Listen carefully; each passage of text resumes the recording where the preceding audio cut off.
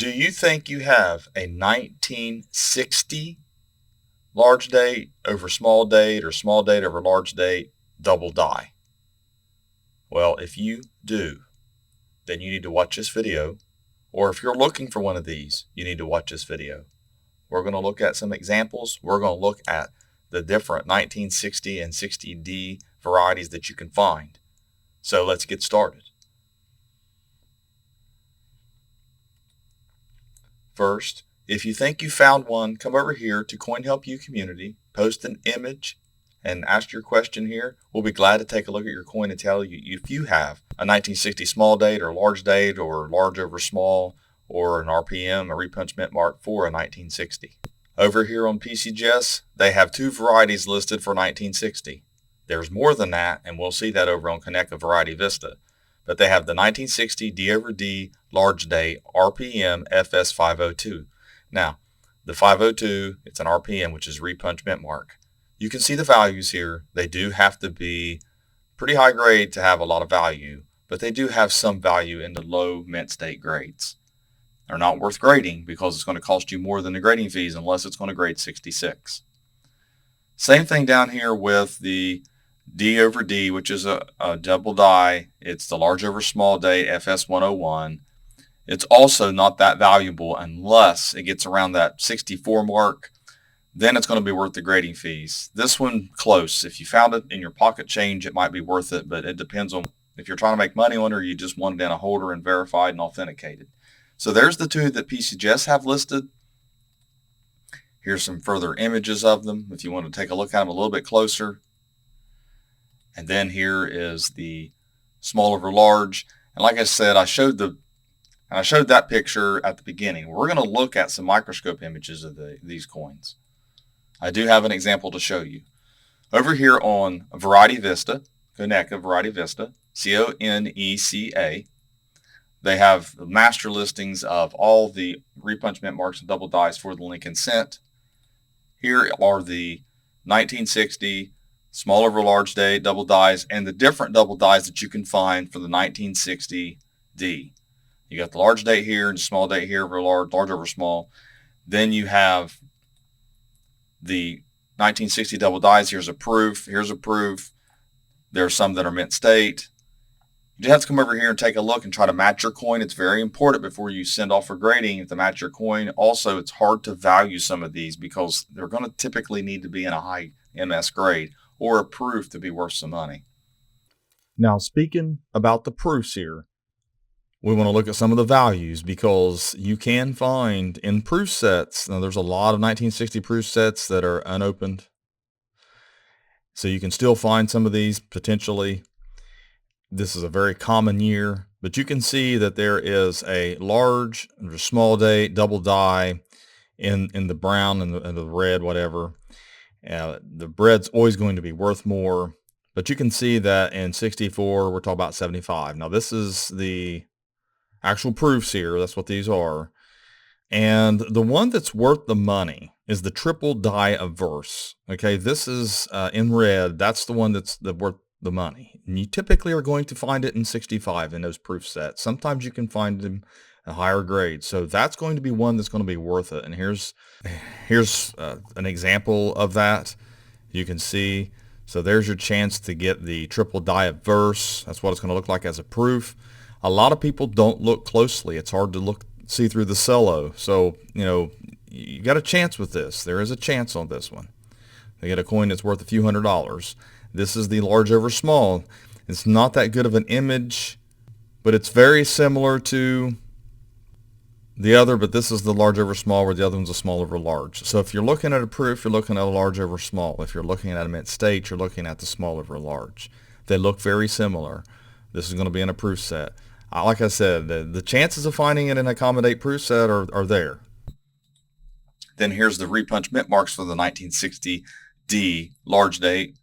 And let's see, I don't see any small dates here, but there are a bunch. As you can see, look at all the repunched mint marks. The chance to find a repunched mint mark in the 60D large date is there. This is, there's another page of them. I mean, it just goes on and on and on.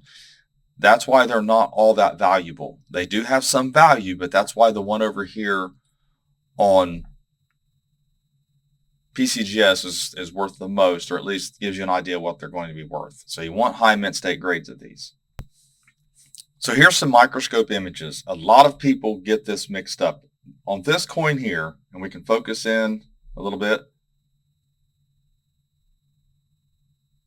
this is the die chip on this coin. This is not a large over small, small over large. It's just a common die chip where the die cavity started to break a little bit and a piece of it broke out and the actual planchet metal filled in the void, leaving a raised area on the coin. Now you can see a little bit down here on the mint mark. You see what I'm talking about on the mint mark? A lot of people just would think this is the D over D. But we're going to look at it. Let's see if we can see that little shadow. Can you see the shadow around the mint mark here? Now that's a little die deterioration or strike doubling.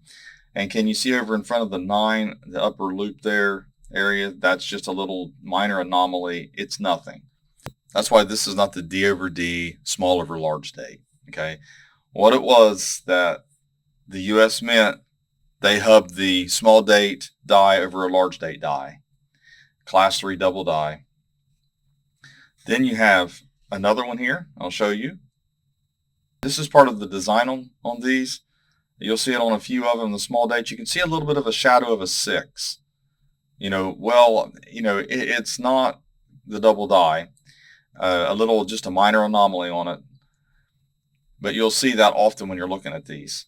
Now, here's an example of strike doubling on the S. Another example of that, which is very important to know what strike doubling looks like. Okay, it's flat. It takes away from the sides of the devices. You can see some of that S, the bottom of that S, that curve is actually smaller. It's missing because it was cut into. The side of that die cavity shook. It jarred when it was retracting from the coin and actually shaved metal or flattened metal off the side of it. You could do it yourself with a tool if you was wanting to experiment. Then we have a few more examples I want to show you of the die chips. You can see the die file lines on this coin. The die was starting to deteriorate. They tried to remove clash marks or little things like that happen to these dies. And that's why it looks like it does. Here's a toned example of a small date. You see on the 1, there's a gouge, but it's not a die gouge. It's a contact mark from another coin or something else that blunt force to hit the side of that 1. So it's not a mint error or anything like that. Then here is another die chip. It looks a little bit different than the other one, but like I said, that's what it is. It's not the double die that you're looking for.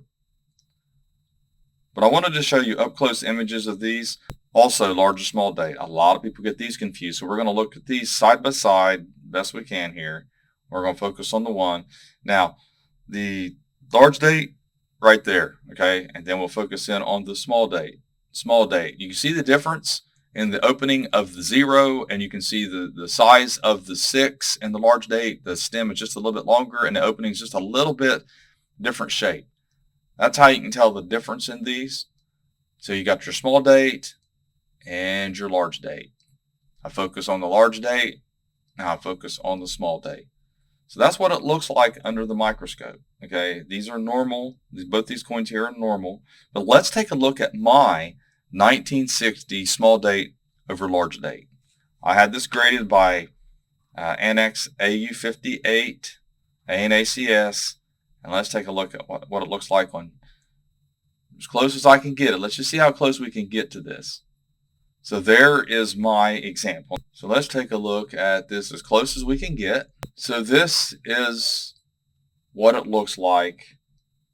And I can, like I said, you can focus. Here's a really good microscope. And I did a little review on these. I've used them in several of my videos. I really like this. The thing is, though, you shouldn't be using a microscope if you don't know what you're looking at, because if you have these coins and you keep wondering if you've got some crazy stuff on your coin and it's a minor anomaly, you need to know the difference. The microscopes are great for looking through a lot of coins really quick and looking at the whole coin, seeing details. It's fun to look at surfaces of coins and the differences in the design, but you need to know what you're looking at if you're going to use a microscope. But this one here, you can see, if I focused out, you can see the actual scrapes on the holder. But I have to go through that depth of field here. And as you can see, I'm going to try to get a little bit closer to this, but this is really cool to see what they look like. You can see the actual small date and the large, and you can see how it looks. I can see how a lot of people get this confused. But you can't want something to be something so bad that you see things that's not there. It's very important not to jump to conclusions, not to debate and argue with people. If you don't like the opinion that you are getting from our help community, go to Coin Talk, go to Collectors Universe Forum, go over to Coin Family Community, whatever that one is. You can go over there and you can get a second opinion. That's the best thing to do. But I will say this, if you go to a help community already convinced of what you have and you think you're going to convince people of what you have and get validation, then you're doing the wrong way. That's not how it works. If you go to get help, not to convince everybody, but to actually learn what is going on with your coin. And if you're right, that's great. But most of the time people are wrong and they don't understand the coin minting process.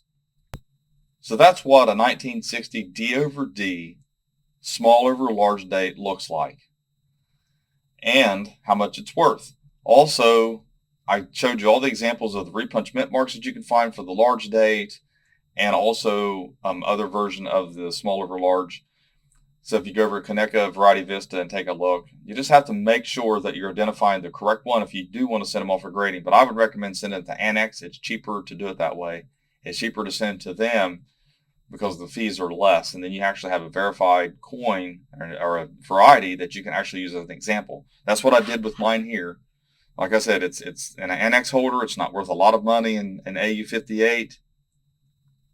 It's also you see they got 501 on there too, because you got considered an RPM as well, repunch mint mark. So thanks for watching my latest video. Please like, share, and comment, and have a great day.